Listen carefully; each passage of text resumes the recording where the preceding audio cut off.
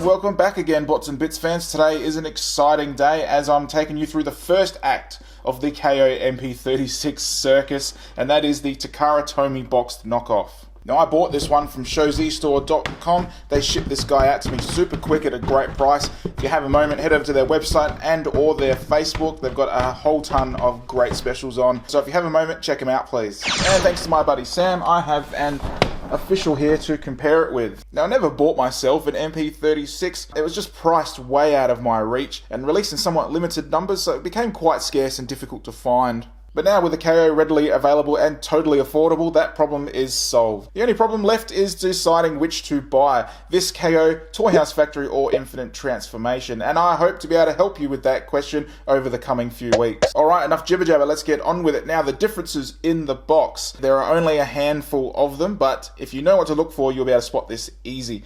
Now, on the official, I've noticed that the corrugation in the cardboard, can you see that? Oh, here. Goes vertical, whereas on the knockoff we see it up here, we have horizontal corrugation in the cardboard. Another big difference, and this is the same with a lot of the Takara knockoffs, the official usually has a white glow of some sort around parts of it. Let's just see around the gun here, we have a white glow, and also hang on, come up, also around Megatron's fist there, see, big white glow. If we compare that to the knockoff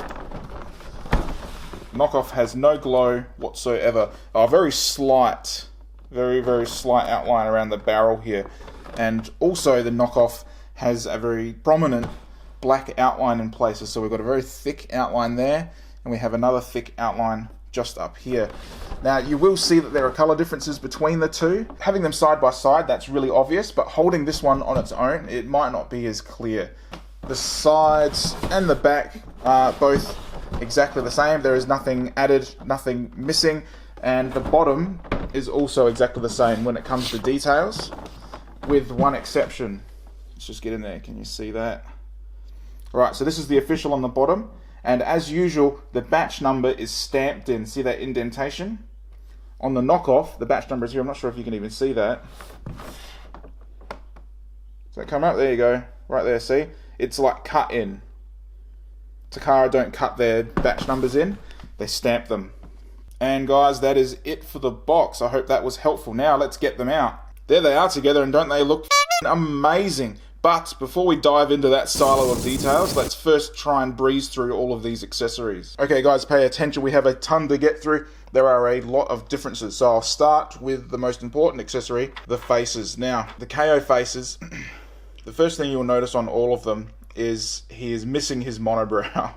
And you wouldn't think it would be that important, but yeah, Megatron's monobrow really does add a lot to his face, doesn't it? Also, another thing to note is the details on the KOs are a little bit softer, especially on his battle damage face. If you look on the side here, all of this detail on the side, it almost looks squashed, whereas it's much sharper on the original. And the details, they're not as deep set either. Like, look at the mouth on the KO, it's not that deep compared to the original. The paint in the eyes is a little bit different as well. It's much more reflective on the Takara than the KO. What do we got next? The laughing face. Laughing face still looks great. The mouth isn't as deep, and there's no monobrow.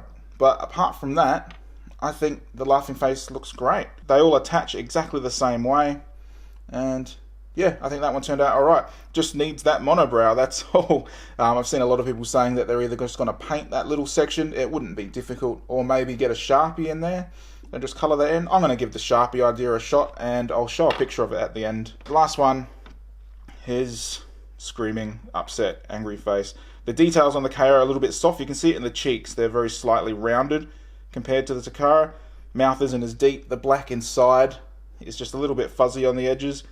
No monobrow. The eyes are painted well, but they're not as reflective as the Takara, but still, it looks good. So I didn't have a Sharpie fine enough to get in and do these details, so instead what I've done is I've just grabbed a little bit of Warhammer paint, Citadel base black, fine brush, right, and then I've just masked the area off with a bit of blue tack and just chucked a little bit of black paint in there, and I think that's done the job. I did have a little bit of spillage, so I've got a toothpick here with just a flat end that I've done, and I've just, once the paint's dried, I've just gone on there and rubbed it all off. Makes a huge difference, doesn't it?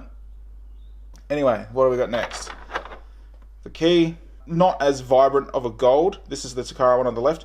That's a much sort of richer gold. This is more of a bright yellow, but it's not done too bad. The KO is die cast as well, so yeah. Next we have the anal bead attachment for his mace.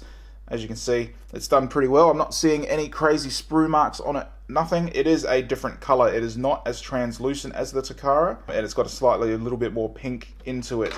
The joints are nice and stiff, and it attaches just fine. Holds the weight of it just fine. That is totally poseable.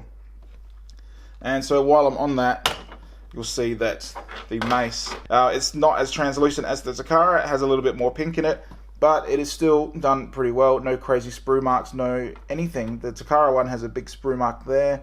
Oh, there we go. It's a little bit messy there. That's it. And comes off. And it's slippery and difficult to hold on to.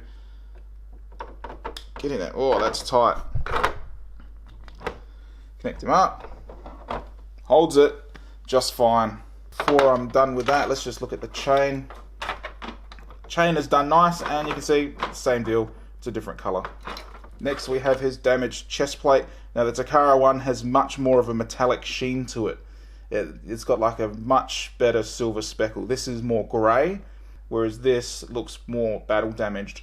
The logo still looks okay. You know, it's a damaged, messed up Decepticon logo, so what are you going to do? The details on the knockoff are a little bit softer. Like, if we look, this crack down here, see how sharp that is on the Takara? It's got quite a nice edge. Whereas on the knockoff, it's a little bit softer. You seeing that? Might bother you, might not. Next we have Blitzwing's gun. Great sculpt. Details are pretty much the same, I think. These sections here, these little fins on the KO, they're not as deep set as the Takara. It's the same thing throughout. The details, they're just not as deep. The only trouble I'm having with this is the paint. That sort of light pink paint, that is atrocious. Next we're on to his mind control helmets. Now the KO is missing paint. See, the Takara has purple paint around this detailing here. The KO does not. Some of the silver is a little bit fuzzy, but it's not really that bad. The yellow in this little visor section here is 100% in the lines, is nice and vibrant. It is a pretty close match to the Takara. It seems fine, almost spot on really. So we have the lightsabers now. The Takara hilt is a little bit darker than the knockoff, and also you can see the clear plastic is a different color. It's not as translucent, and it's a brighter pink, but there are less bubbles in it. Look at the Takara one. Got a couple of sets of bubbles inside that. This one, the knockoff, no bubbles. Probably because it's a thicker, less translucent plastic. It was just easier to cast. This is a little bit loose. Doesn't fall out, but I can feel that it's not really that snug. While I'm talking about that, it does fit into the into Blitzwing's gun, and that is nice and tight in there.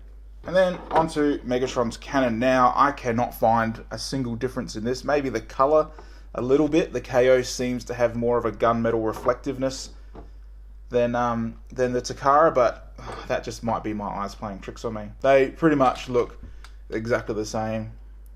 Even the details seem as deep on both. Yeah, looks good. And this is the straight Takara knockoff, so there's no added features, no LED, no extra voices, nothing. It is exactly the same as the Takara. And the quality is pretty good. So we'll just do, here, this is the Takara. And now the KO. And we'll do the, I think this is the voice on the next one. Okay, so Takara. And KO. So when it comes to the voice chip, the quality doesn't seem as clear on the KO, but you can still, well, it's Japanese anyway, so I can't really understand it, but you can still hear what he's saying. And then the final switch, Takara, KO. So there you go. And now onto the last accessories, his stand and the suppressor. It is just, focus, it is just a gunmetal barrel. It is exactly the same as Takara. It weighs the same, it moves the same, it is the same. When it comes to his stand, It is still a ratcheted arm with some great tabs up the top, and the bottom section here, these two wings, are definitely very heavy, nice die cast. This section here is ratcheted, and much better. Listen to the Takara one. When it comes to the knockoff though, listen to this. God, doesn't want to do it. That is strong. That is strong as. That one, about the same. Oh no, a little bit stronger than the Takara. Yeah, there you have it. That is the accessories done. Let's get onto Megatron himself. And just a note, to make things easier on myself, I'm not going to leave the cannons attached. So, you're asking me, what is the difference between Takara and the knockoff? Well, we've already covered the faces. The eyes are exactly the same shape, it's just missing the monobrow, that's it. They are also not exactly the same color. The knockoff is a very, very slightly more gunmetal grey than the animation grey of the Takara. It's like 5%, maybe maximum 10%, you know what I mean? It is noticeable when they're next to each other. When they're just by themselves on a shelf, you can't even tell. I'm just going to bring a bit more light in the front here, just so we can see this. Now, the colours on his diaper are exactly the same. The black on his hips, exactly the same. Where it gets a little bit different, though, is the translucent plastic. See, on the Takara, let's just turn sides so I can get it. On the Takara, it is very translucent, and you can see the detail behind it. Right, it's a very cool effect. On the knockoff, it's not as It's not as translucent, and it's a little bit cloudy. While we're focusing in this area, I've seen consistently that the Decepticon symbol is very slightly off center. Mine has a chip in it. I'm pretty sure that's just box rattle. I haven't seen that exact chip or a chip in that area on anyone else's photos, but yeah, so it is just very slightly off center. Now the reds on his elbow are slightly different as well. The KO has a very, very tiny orange tinge to it. It's very slight when you compare it to the Takara. There you go. Can you see that? The KO on the right here is just very, very slightly orange. Also, where Takara have tidied this sprue mark up, the KO has left a big gash right there, and it's on both sides. So as we go further down, the shins are exactly the same shade. They might look slightly different because of the lighting and how reflective they are, but they are exactly the same. Now onto the feet. You can probably tell the feet are a different color. The Takara has like a blue tint to it, sort of thing, whereas the knockoff, let's just bring it like that. There we go. Have a cuddle. Oh, they're cuddling. The knockoff doesn't have that blue tinge to the same degree. It's more of the same grey colour as the rest of his body, whereas the Takara, yeah, it's slightly blue, and it's different to the rest of his body. The silvers on his heels are about the same. Let me just adjust some lighting a bit, there we go. So they look a little bit different on camera, but to the eye, they're exactly the same. I have a bit of chipping, consistent chipping along there. That's a problem. Let me just get the Takara out of the way for a second. That's a problem I'm having with the KO. Let's just bring it up close. Focus. There we go. So I've got chipping just along the inside there. Every surface of this KO has paint on it, right? And I think every surface on the KO has at least one scratch. Surprisingly, it doesn't really look that out of place. I mean, if you want perfection, this might not be the product for you. But I don't know. It hasn't really bothered me too much. Oh, there's another sprue mark actually. I didn't mention that before. Just on the back of his barrel, it's a little bit nasty, but it is on his back, and his back is already nasty, so yeah, what are you going to do?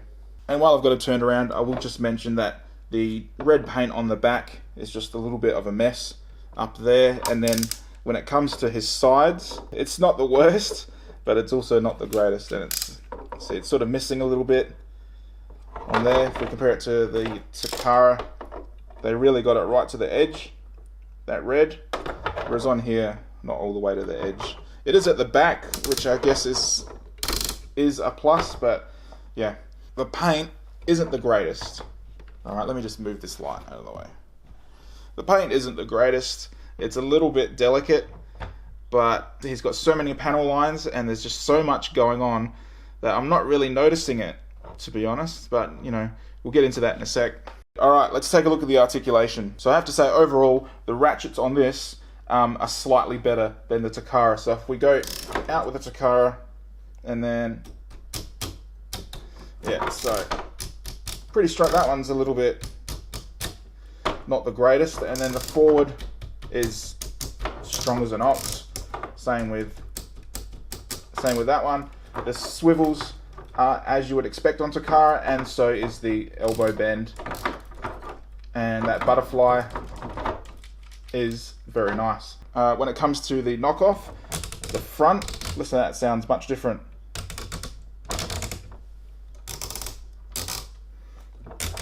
Much stiffer, much stronger. Barely moves. Same on the other side. Strong as an ox. Out is very loud. That not going. Had to hit that pretty hard then. That wasn't going anywhere. Same with this side. Look at that. Only just. Bicep swivel is super tight, tighter than the butterfly actually, which is still nice and tight. The elbow bend is nice and tight as well. Wrist swivel is as you would expect, a little bit loose on that one. These pin joints here for the transformation hinge, that's a little bit loose. I'd probably want them a little bit tighter, but that's just a minor nitpick. They are nice and tight on the Takara. Waist swivel is super tight. That is really, really nice. And the crunch or transformation joint is also nice and tight. That's not floppy at all. But speaking of floppy, let's get into the legs. Right, so the Takara, just bring these up, move these flaps out of the way. The Takara, the joints on this one aren't the greatest. This is the only one I've ever held, and I'm not entirely impressed with the joints on it, so yeah, we'll see how consistent they are with everyone else's. Anyway, so friction out on the Takara, as you know, and does not hold the weight at all. That one won't even stay up. Right, thigh swivel, nice, bit squeaky, and the knee, that sounds nice and soft, and they're soft. Right, toes, that is nice and tight on the feet. So let's just stand up. Alright, alright, so onto the KO. Get these flaps out of the way. Friction out. Still falls, but takes a couple. Right, and then friction out on this side. Slightly stronger than the Takara, very slightly. Thigh swivel, not as tight as the Takara. There's no squeaks or anything, but it's also not loose. So yeah, be happy with that. Knees sound a little bit louder. And are they soft? Nah, those knees, rock solid. Great knee ratchets on this guy.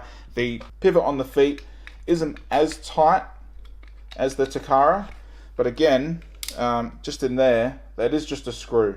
So you can tighten that and adjust the pivot as you would like. When it comes to the ratchets in the feet, there's a slight amount of play in between the ratchet clicks. Slight amount of play in the ratchet on the hips. Not so much on that side, more on that side. And no play in the knees. I should have checked that on the Takara actually. Oh, the Takara's the same.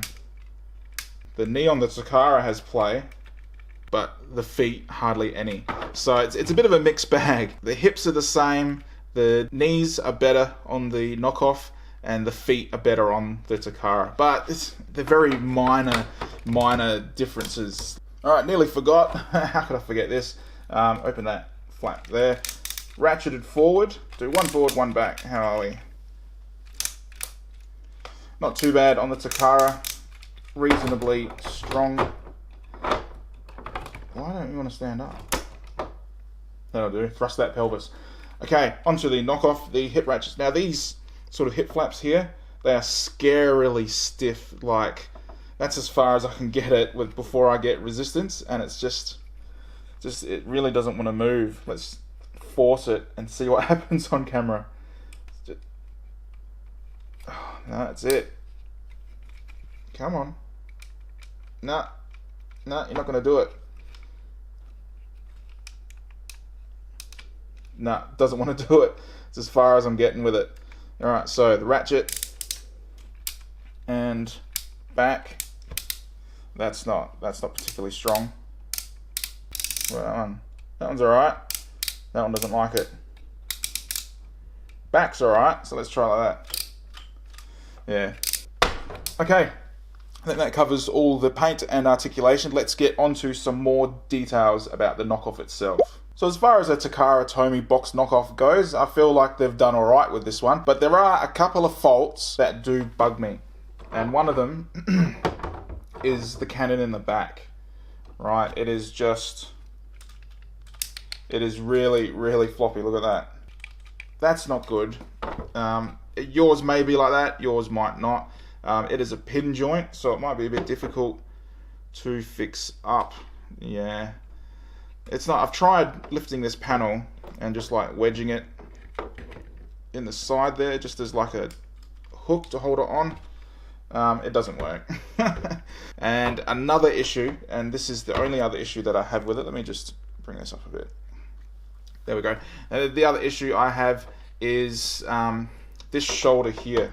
Right, see this section? All this? That's hold still. That's loose.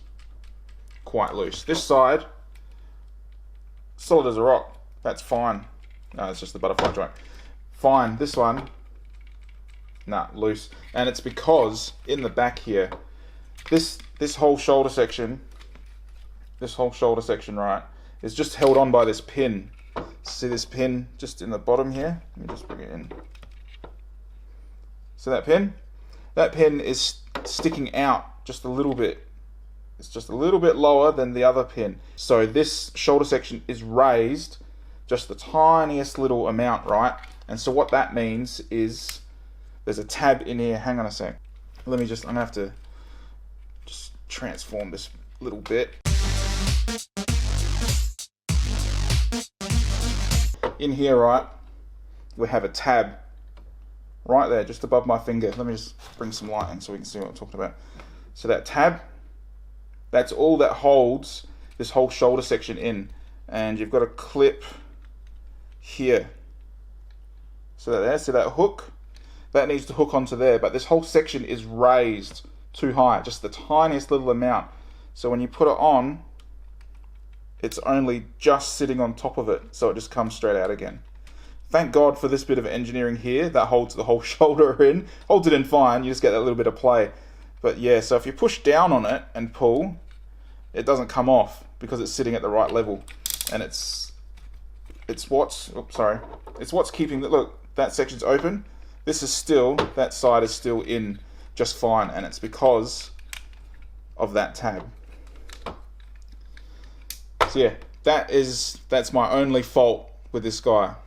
It's a little bit frustrating, but the arm itself doesn't come out. It all stays in there as long as this section is closed. But as always, when it comes to KOs, your results may vary, and vary greatly. Yeah, let me just... We'll say, when transforming, this section is really, really hard to collapse. Hang on, let me just get something in just to lever this open. Come on. There we go. That is really, really stiff, but I guess it holds well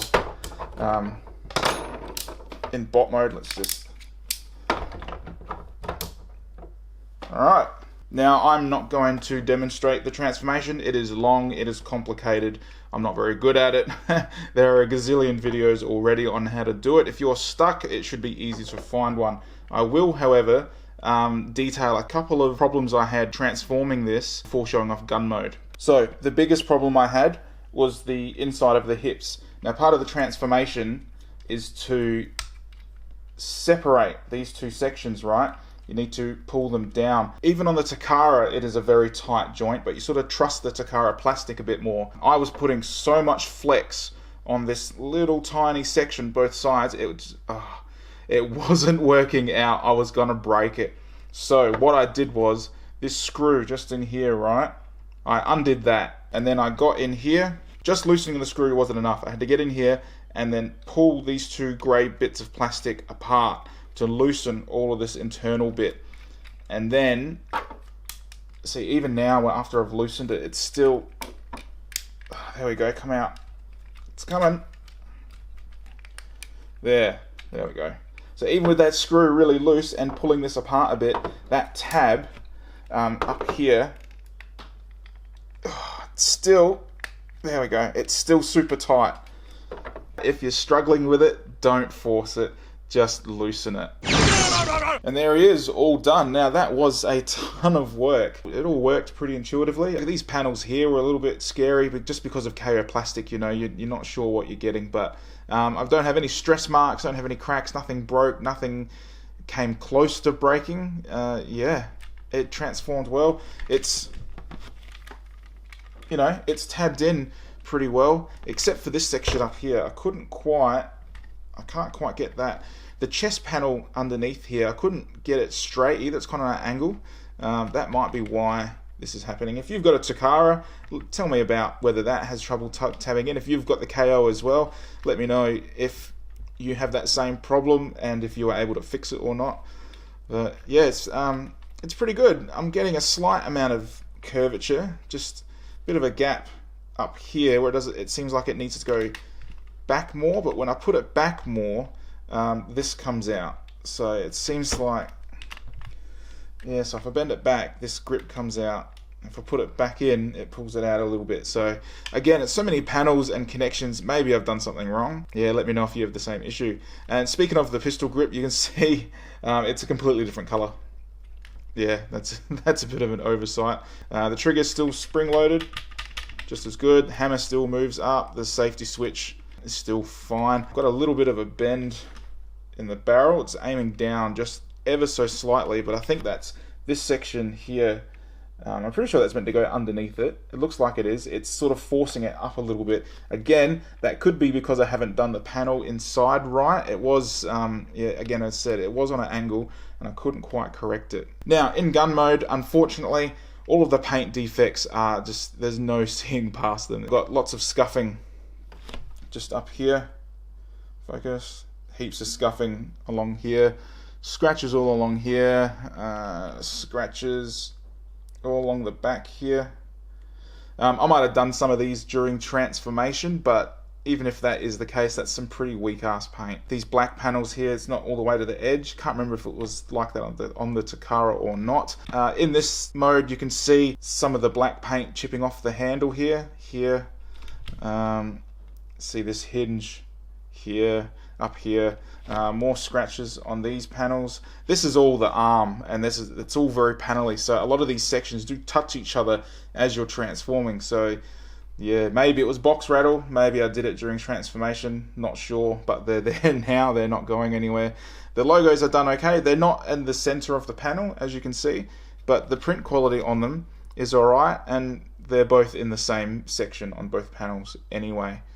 I've got lots of scratches up here on this section, lots of scratches all around there. So yeah, the paint is a little bit of a letdown. It looks played with. Do you know what I mean? Like where the scratches are is where maybe you would expect. Look, the scratches are where my fingers would go. These die-cast sections are nice, however. That is a really smooth coat of paint. Yeah. All right, let's get some accessories. Chuck the cannon on. When it comes to the stock though, it goes on just fine. Let's just slide you on. Yeah, just fine. Holds beautifully. It's just that suppressor. Jesus, it just does not. I don't want to force it too much because I really don't want to snap that off, but oh, there we go. Get on. No, that's as far as it will go, and I'm pretty sure that's probably stuck on there now. Let's come on, get off. Oh god, jeez. That was on there. I won't be doing that again, that's for sure. What a pain in the ass that is, and it's taken a ton of paint off. Alright guys, so that final question that you've all been waiting to ask, is it worth it and should you buy it? It's a bit of a hard sell, isn't it? If this was the only KO Megatron coming out, then yeah, buy it, slam dunk. Paint's a bit shit, joints are pretty good, all the accessories fit well, transforms fine, materials are great. It's cheap and everyone will be pretty happy with it. But that's not the case, is it? We have Infinite Transformation coming out soon, which has die-cast thighs, die-cast biceps, improved joints, English-speaking cannon with an LED, I can't remember if it's red or purple, plus a plate that covers up that ugly back, and first pre-orders get a little Kremzig, so that seems pretty good. And then after that we have the Toyhouse Factory, which has improved joints, I think the same amount of die-cast. It has an English-speaking cannon with a purple LED, so you know that there are options coming. Personally, I think that if you've already ordered this, or you have one coming, or you've put money down on this, apart from the monobrow and some paint scuffing, I don't think you're going to be disappointed. For the money, and considering how complex the character and the figure is, I think the KO company has done a reasonable job, right? If I paid money for this, I don't feel ripped off. Of course I would like the face to look better, of course I'd like the paint to be better. Those are two big things. I do have that little bit of looseness in the shoulder. I don't feel particularly pissed off about those things. And like I said, if this was the only KO that was going to be available, then just get it. But it's not. So I think there's competition coming and it's just around the corner. As IT and THF are released, I will upload comparison videos with the KO. I won't be doing them with the Takara. Unfortunately, I've got to hand that one back as soon as I'm done. But the extra videos and comparisons will be coming as soon as I'm able to get them. And that's all I've got for you guys. Now, if you liked my video and you enjoy what I'm doing, please like and subscribe to my channel. Remember to check out my Facebook for daily news and updates on third-party and KO stuff. I have an Instagram account, #botsandbits, all one word. And as always, guys, thank you very much for your time and thanks for watching.